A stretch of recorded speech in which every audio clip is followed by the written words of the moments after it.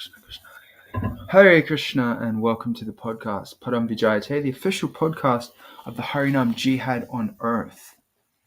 We're here, this is my wife Ishvari. We're going to read the second and third line of the last verse of Siksastakam today and discuss its relevance and any realizations that come up for us about it.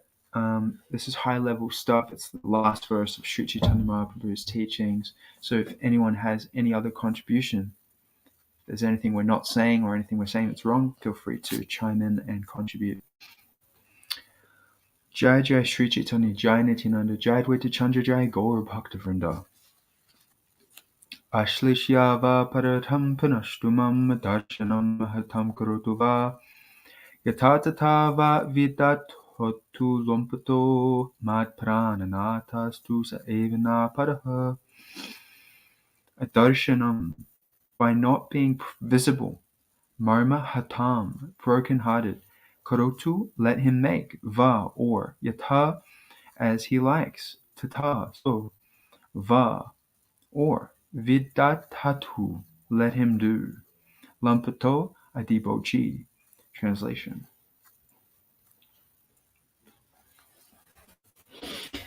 Let Krishna tightly embrace this maidservant who has fallen at his lotus feet. Let him trample me or break my heart by never being visible to me. He is a debauchee, after all, and can do whatever he likes, but he is still no one other than the worshipable Lord of my heart. So the specific points we'll discuss today are Lord Chaitanya Mahaprabhu's words here, where he says,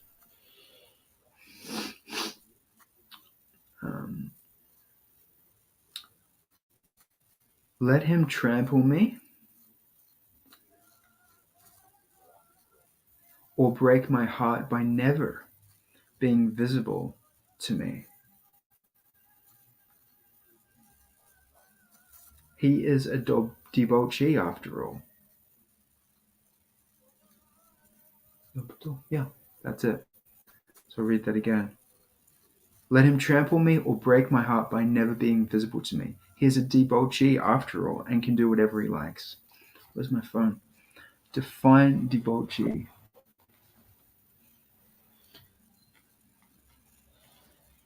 Put your phone to service. 100. Define debauchee. Okay, it's got debauchery. Maybe I'll have to use my typing powers. Define debauchee. It's obviously related to debauchery. A person given to excessive indulgence in sex, alcohol, or drugs. Okay, so this is gonna have to be clarified. Is Krishna a debauchee in this sense? What do you say? No, but he can do whatever he likes. I think that's exactly what it means. And it says that right here. He's a debauchee after all and can do whatever he likes. Right. So Krishna's svarat means I think this word, he is independent. He is independent, completely independent. He's the only actual independent person. No one else be that independent. No one else Everything can be. depends on his will. Exactly. So he can do whatever he likes. Yeah, and he does. He does. Yeah. He can and he does, and that's why, there may be envy in the heart towards God, because it's like, wow, you can do whatever you like. Right. Yeah, hence why we try to do that, right? We try to imitate. Yeah. Yeah. It's pretty much what we're up to in this material world is like imitation. Literally trying to be little lords. Trying to be God. Yeah. And we come across so much pain and suffering, just trying to imitate. Yet Krishna does it all with ease.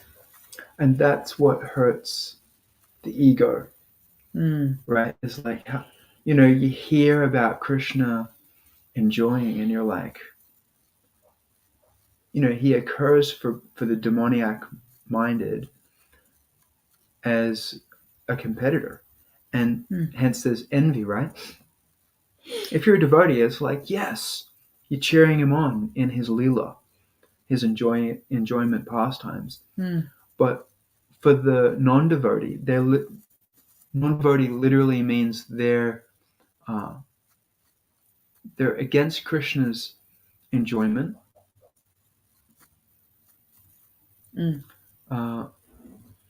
Or they're indifferent to it. They don't care about it. They don't want to hear about it. Why? Because if Krishna's the enjoyer, right there is the responsibility to assist in that. Right. Right? Like if there's a God, then I'm supposed to serve him. And he's enjoying with so much ease. Like, it's already painful to the ego that there's a God and I'm supposed to serve him rather than, continue on in my pursuit of my own enjoyment. So the ego is already butthurt. And then add in that Krishna is enjoying with ease. And it's like, man, I have to work hard. Who is this guy? He is the worshipable Lord of my heart, says Lord Chaitanya. That's who he is. So there's a hard-heartedness, as one devotee said, in the material world, we're all roughing it. We're all rough. You have to be rough. Because you're roughing it and, you're trying to do it alone, like think about roughing it, right? Like this expression is like when you're out in the elements, not protected by, your roof and your insulated house, right? You're roughing it. You're in the elements, doing it rough. Prabhupada uses the example of a son going away from his rich father and trying to do it on his own and eventually realizing, wow, life was so much easier. Like, I don't have to do it on my own. I can just go back home and there's food on the table. So, that's us, right? We're roughing it. We're going away from Krishna's shelter. And we're in this material world, whether we have a roof over our head or not, whether we're literally roughing it in the material world or we're so-called elegantly, living the life in the material world, we're always roughing it because we're trying to do it, trying to enjoy separately from Krishna, our rich father. Yeah. So the envy and the pain that we feel is caused by us. We could just be serving our rich father and getting the benefits, getting the shelter, having the shelter there. Yeah. And thus, for that kid who's stubbornly trying to enjoy, right? He's already salty about his father, which is why he left. Right. And then someone's like, "Hey, man, your father's really, enjoying." It's like, fuck that guy, I'm trying to get away from him, not hear about how, it just occurs as like a right. The false ego just. It hurts the ego. Like, I'm out here, I don't need that guy. Yeah, we're roughing it. Anyone who's atheistic is that rough, stubborn, they just can't handle the truth that they're a servant. Right, and thus, go and forget God. Yeah. Because the fact is, God is so great, we are so small. He's the supreme enjoyer, and the false ego can't deal with that. So we try to forget. We come here to forget God and then try to imitate him. How interesting. I'm going to forget you and at the same time try and be you. And then hopefully after some failed attempts and some purification, we realized, oh, I should just serve you. Just what? Serve you. And then hopefully that develops into, well, I want to. Right. I want to serve you. Yeah, right. And no matter what, because you can do whatever you like, and still you are my Lord to be worshipped. Yeah, this word surrender, it's in the devotees calls it's like a positive thing, right? But like in general, that word is like, like surrender to the police, put your hands up, give up your it's not like, maybe some hippies, use it in like a positive way, like surrender. Yeah, right. It's great.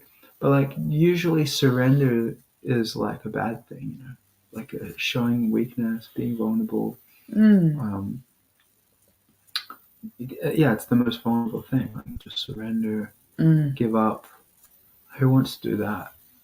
So like surrender, like you said, the way you said it was like, in the beginning it's like you have to just surrender. Okay, I'm just going to serve you. But then later on, as we advance, we want to. It's spontaneous. It's not even a matter of surrender, in a sense, in that usual typical use of the word. It's not a matter of like I'm giving up. It's just like,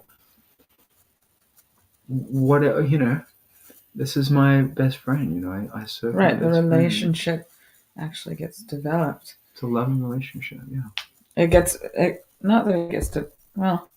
does get developed. It becomes remembered, because I came here to forget you. I want to forget our relationship, and then I'm going to imitate you. And then after some awareness becomes present, actually I have a relationship with God, and I'm going to serve God. And it starts like, just, doing some service. And then hopefully it becomes, well, I want to. And then, as through the service, the relationship is getting watered. And then naturally, the desire to serve that person gets stronger and stronger. And then love can reawaken. But let him trample me. Let's see. Or break my heart by never being visible to me. He can do whatever he likes. Yeah.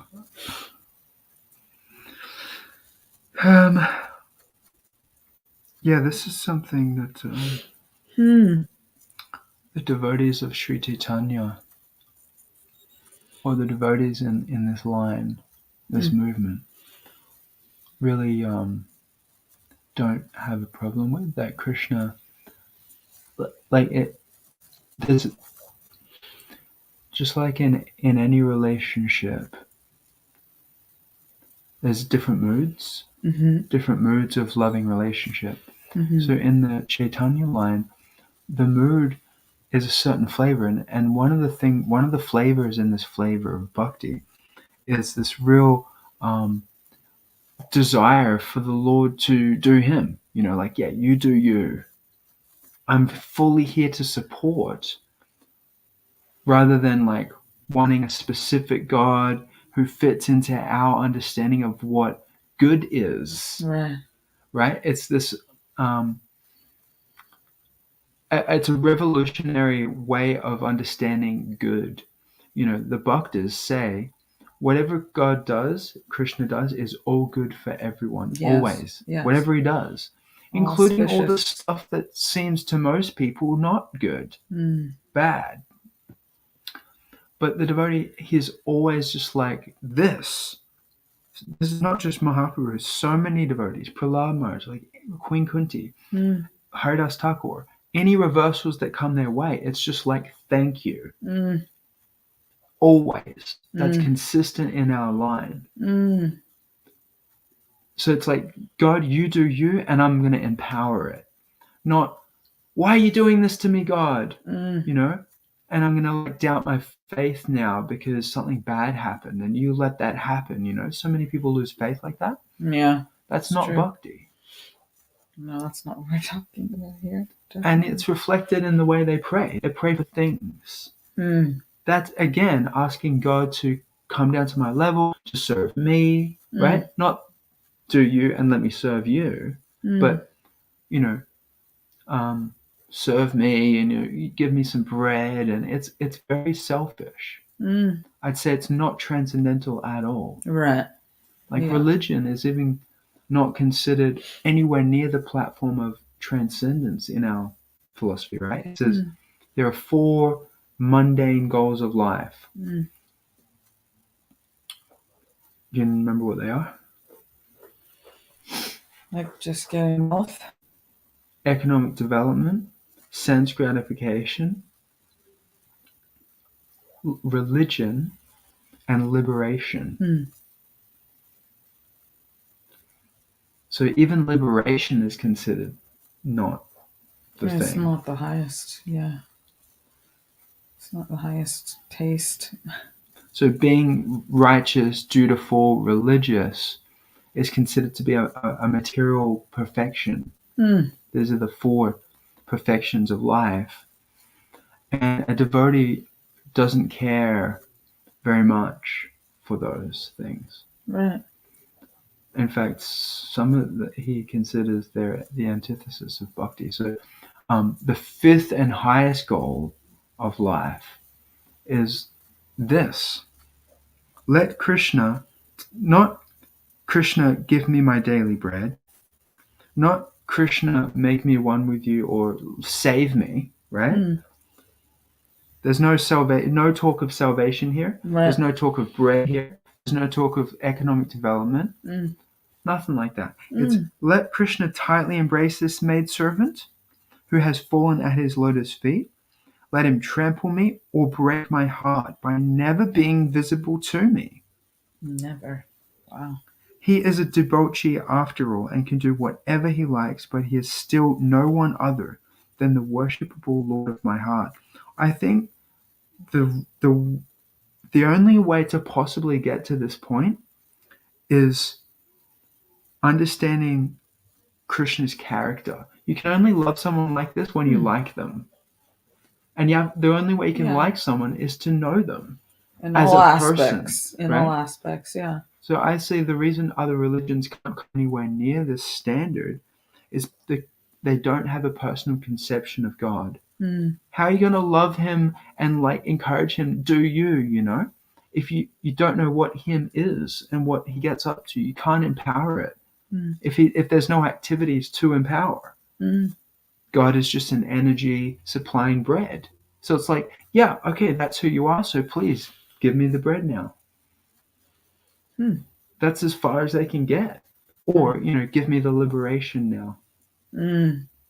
They can't get to this point because they don't know Krishna is a butter thief.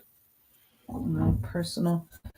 There's qualities. Yesterday we were reading about the qualities of the Supreme. And just so wonderful, and some of them are really striking, and just made me think, wow, Krishna's like that too. And that's just getting the hearing about a person. So like you said, there's no personal conception. The Lord, then this is out of the question. It's just not available, right? Yeah, it's just not available. Has no access. Yeah. Like if God is a title, like God literally is a title. That's right. Right? Just like you could have the title wife. It's impersonal. whose wife? Mm. Or like the president is like, so when there's a title, there's all there is expectation that fulfill that role. Right. So God, it's like he's the creator, he's the maintainer, he's the sustainer, Mm. he's the giver of bread. Mm. So the only relationship you can have with God then is expecting him to fulfill his title. Mm. If you don't know him as a person, Mm-hmm. you can't empower him and let him trample me or break my heart. Like, I'm still going to worship you, because there is no understanding of who you is and an attraction. Mm. How can it be attraction? I can't. So God is a title. Krishna is a name denoting Krishna's all attractiveness. And when you have love for Krishna, you can say this. Mm. You can love him no matter what he does or doesn't do.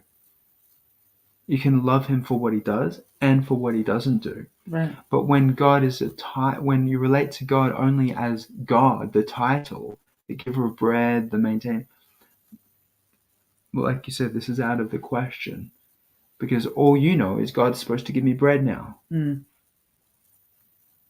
So that's the pitfall of religion. It doesn't.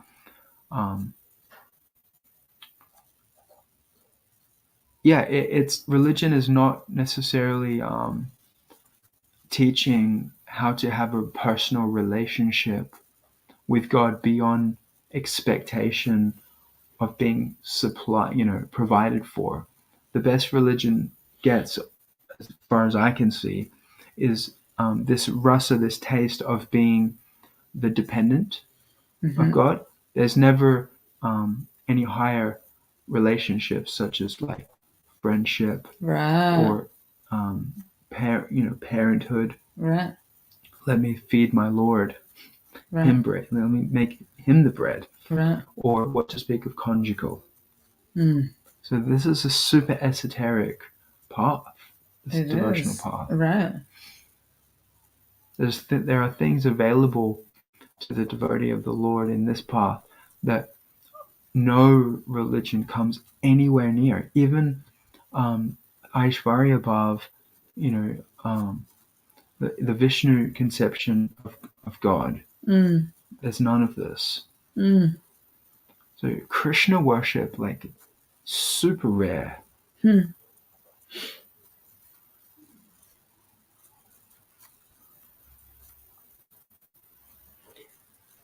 Rare, and yet it is available in this age. Yeah.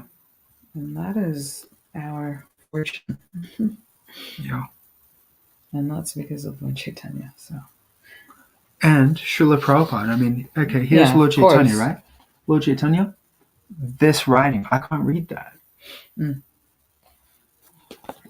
Srila Prabhupada comes along and makes these incredible hardbound books where he... Picture at the back. That's a nice picture at the back. Prabhupada. Mm-hmm. It's Sri Chaitanya and Prabhupada for me. Literally, like, our life is driven by these two personalities. Hmm. And the devotee, the Gaur Bhakta Vrinda. Hmm. We have access to the same sentiment that Sri Chaitanya Mahaprabhu is experiencing due to Srila Prabhupada.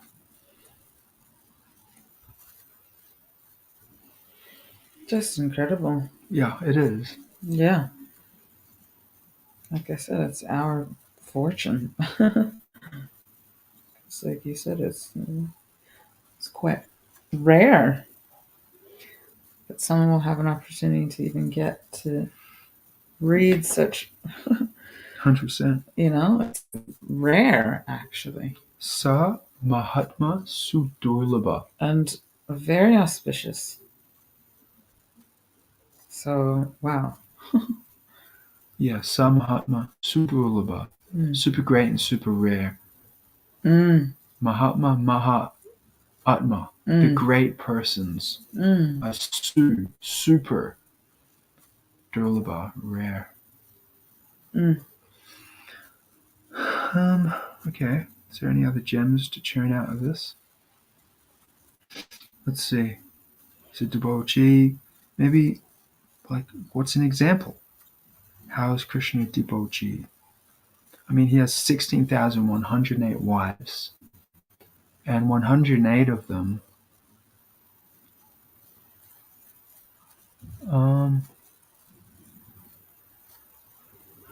Okay. This is something I've never thought of before. My understanding is the eight in the 108 are the Astasakis. My understanding he's not married to them, but we hear he has 16,108 wives. So I'm recalling in Krishna that he had 16,000 wives, like palaces. Narad Muni went to all of them and saw Krishna doing different things. Different activities, yeah. My understanding is that there were 16,000 of those, and then the 108 are the goats in Vrindavan, or 8 of them, I'm not sure. And then my understanding is he's not married to those ones. So he can do whatever he likes. Yeah, so. Yeah, and that's the thing, right? Yeah, he's like, being married is super important in Vedic culture, and then Krishna's just like, yep, I've got girlfriends, I see them, they're literally married to other men. It's like, that's sold the out to debauchee. Krishna.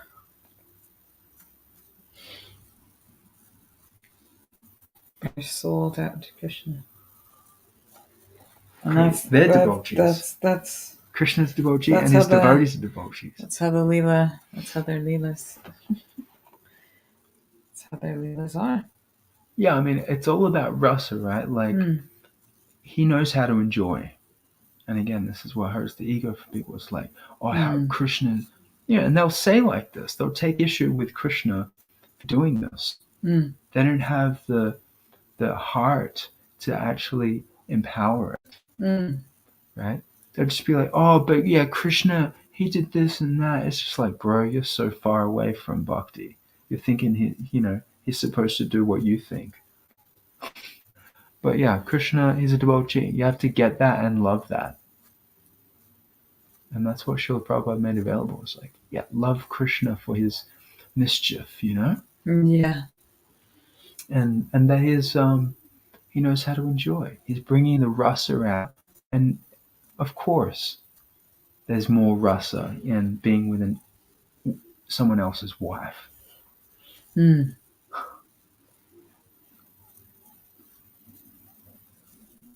Yeah, there's like, it's a paramour, parakia ras.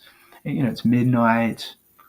He's calling them, and it's there's a whole it's a whole nother thing. When you're married, you can get real familiar, right? It's my wife. But if it's like a new, someone else, it's just like, and that's how Krishna enjoys. He's got these paramours.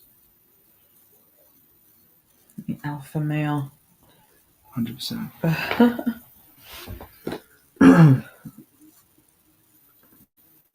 Yeah, I mean, this kind of does speak to the Ras Leela a little bit, right? The debauchee, he can do whatever he likes. Yeah. I mean, this is all, the mood of Radharani, so. Right. This is literally. She's the topmost. Right. She's the girlfriend. She's the. This is like the speaking of Radharani when Krishna left after the Ras dance. She's in this mood, like Krishna is okay, when if he's never visible, he's still my lord. She's not like, he left me. Okay, to hell with this guy. She may speak like Yeah, that. they sometimes speak like that, but it's just also for rasa purposes. Yeah, it's not like the bee comes along and she's like, you think, what is it? She like thinks the bee is Krishna or something like that, or the bee's like talking to her and like she tries to get information. But then she's also chastising Krishna, like, nah, tell him I don't even care about him anyway. Yeah, this is what we're trying to do in this material world. What Krishna is doing with no contamination, pure love. Joy. Okay, any last words or what's the takeaway? How are we going to apply this? Well, I can see something.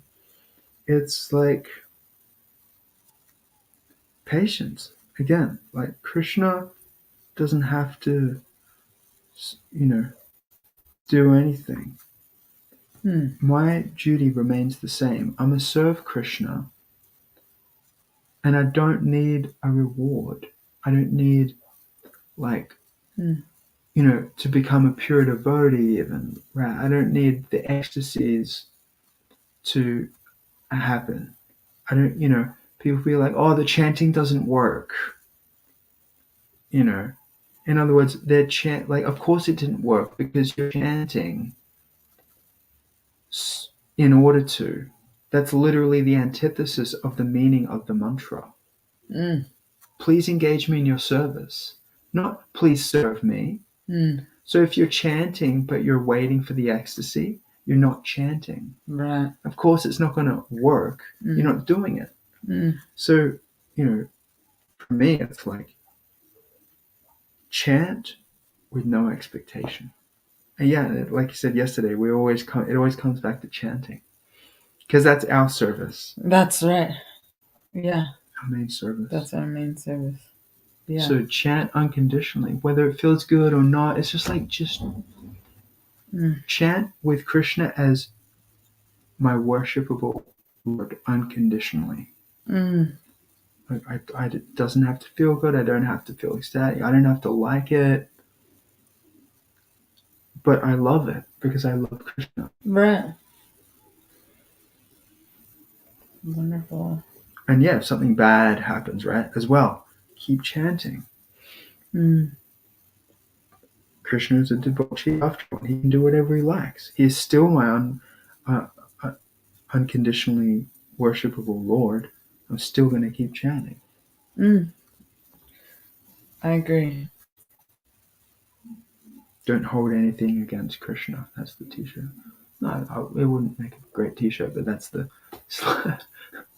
That's One devotee said that about me at my on my birthday. Your friend, what's that lady?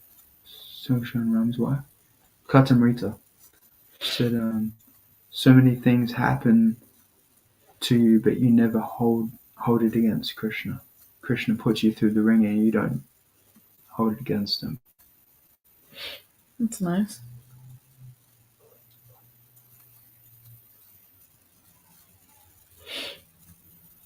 If you're fallen at his lotus feet, or if you're living at his lotus feet, what could possibly...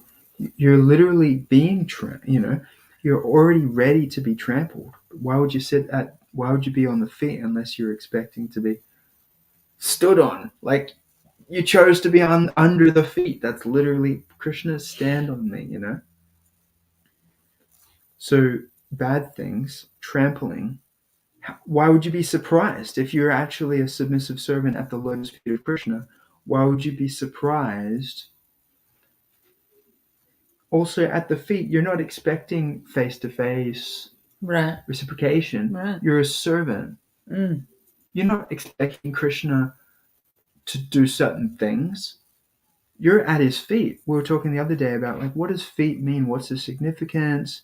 How does it, differ from something else? Like, what does it mean to be at the Lord's feet? It means, like, I'm fully empowering his footsteps. Whatever way he wants to turn, I'm going with him.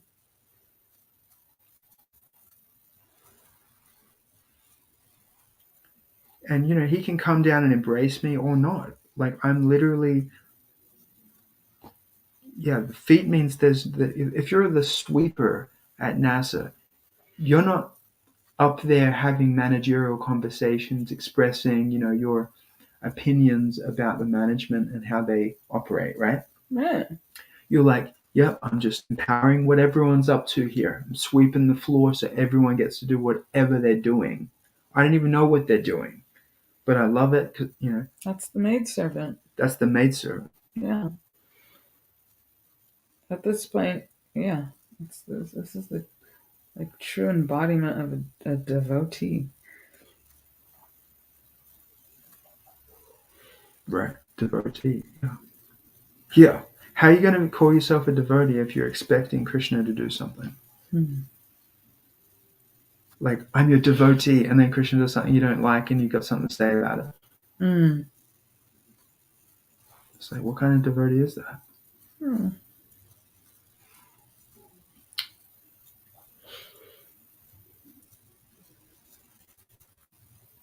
Any other points? I like what you said. Chant with no, expect expectation. Is that what you said? Yeah. Yeah. Chant without wanting anything in return. Mm. Try, Oh, look. Lampataha, a debauchee who mixes with other women. Mm-hmm. Mat prana nata. Mat means my. Prana means life, like breath, right? Mm-hmm. And nata means Lord, like Jagannath. So Prananath means Lord of my life, just like Jagannath means Lord of the universe, Jagat. My Lord of my life, my prana. My breath is, every breath is for you. Mm.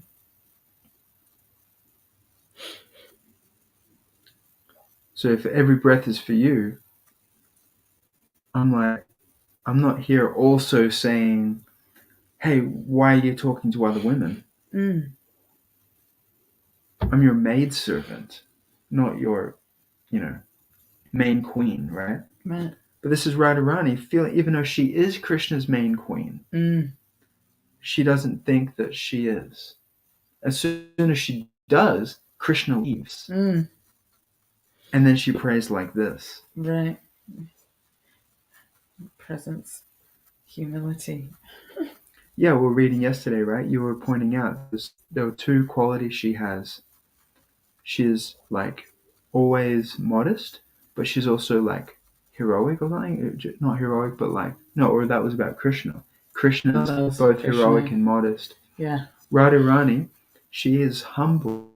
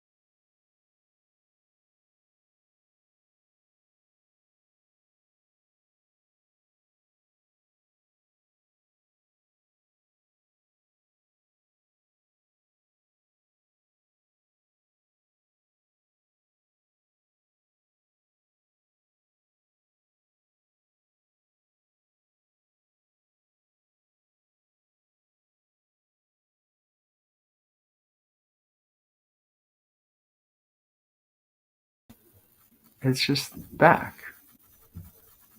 All right, let's conclude then.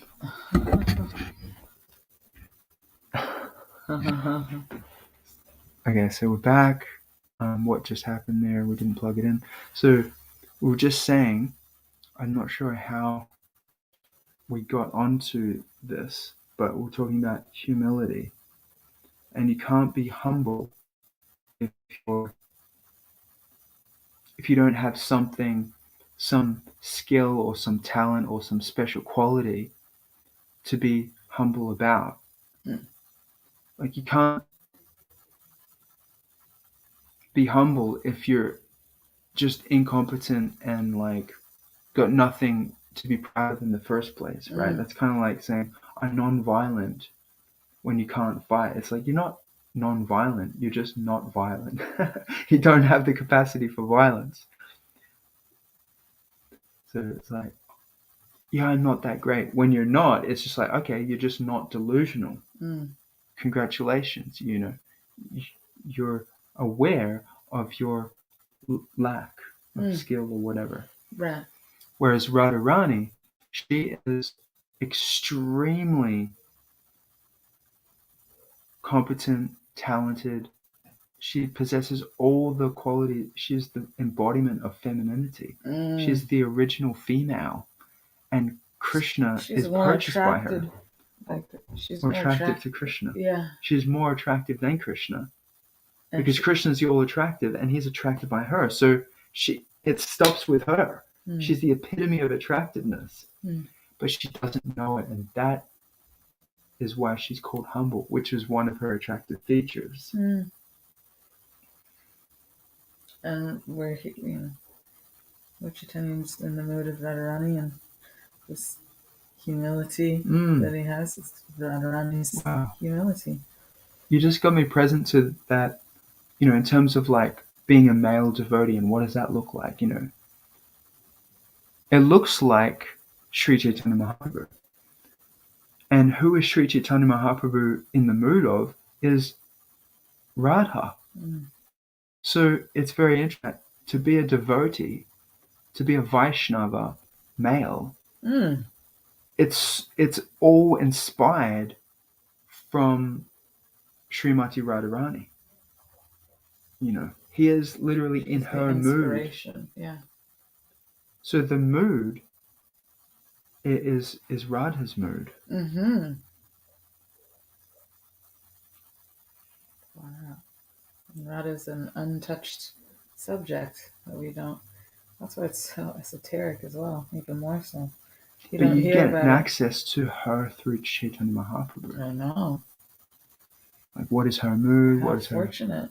It's just like, really? We're reading this? Can't wait to start. So we'll be reading Chaitanya Charitamrita starting from the very start in a couple of days. So today we did 2 verses. So we got 1 2 more. lines. Yeah. So tomorrow we're doing the last line of Siksastakam, and then we're finished. Then Saturday we will start the Chaitanya Charitamrita. Saturday night. Seems like a busy day for some. It is. Okay, thank you for watching. Right on 45 minutes, as usual. Anyway. Hare Krishna, have a great night. Feel free to share your comments. There you go.